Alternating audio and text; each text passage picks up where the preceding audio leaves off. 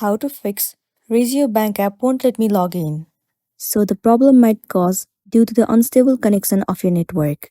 So firstly, you have to make sure that your internet connection is stable enough. Once you have the strong connection, the next thing you want to do is head over to your app store. In the search bar, you have to search for RegioBank. Head over to this app. You have to make sure that this application is up to date. Instead of open, if it shows the option of update, then your application is not up to date, and it might be more the reason that you are facing this issue. Simply click on update and have the latest version of the app. Once your application is up to date, the next thing you want to do is head over to the settings of your device. Inside settings, proceed to general. Head over to iPhone storage.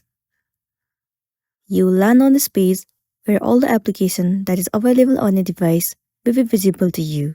You have to search for RegioBank. Once you find it, head over to it. Tap on Offload App.